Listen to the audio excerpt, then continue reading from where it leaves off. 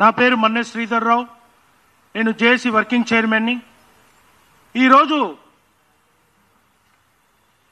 మన రేవంత్ రెడ్డి గారు ప్రభుత్వం ఏదైతే వర్గీకరణ బిల్లు అసెంబ్లీలో పెట్టి పాస్ చేయాలని చూస్తుందో ఇది చాలా చట్టవిరుద్ధమైన చర్య.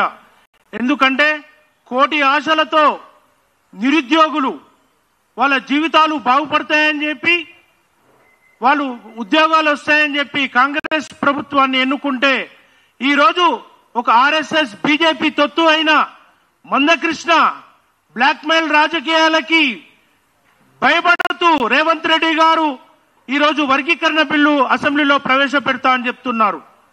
ఇది ఎంతవరకు సమంజసం? కోటి ఆశలతో ఎదురు చూస్తున్న నిరుద్యోగుల జీవితాలతో ఆటలాడుతున్న మందకృష్ణ మాదిగకు రానున్న రోజుల్లో నిరుద్యోగులు బుద్ధి చెప్తారు. మరి ముఖ్యంగా మన మాల ఎమ్మెల్యేలు, మంత్రులు ఇదైతే బిల్లు అయితే ప్రవేశపెడుతున్నారో దీన్ని అడ్డుకోవాలని చెప్పి మాల ప్రజా సంఘాలన్నీ కోరుతున్నాయి.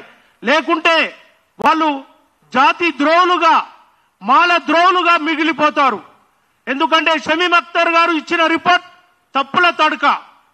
అది ఇంతవరకు రిపోర్ట్ ఇవ్వలేదు. ఎందుకు ఇవ్వలేదు?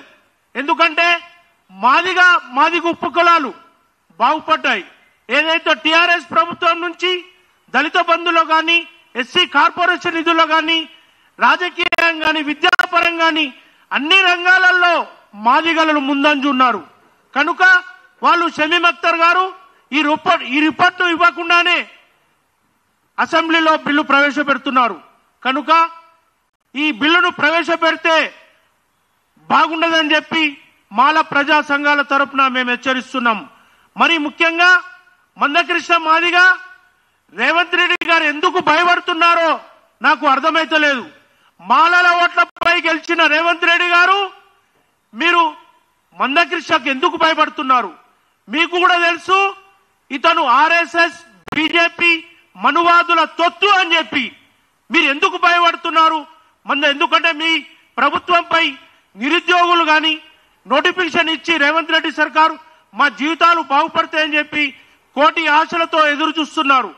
వారి ఆశలపై నీళ్లు చల్లొద్దని చెప్పి, మీరు ఎవరికి భయపడొద్దని చెప్పి మాలా ప్రజల సంఘాల తరఫున మేము కోరుతున్నాం. జై భీమ్.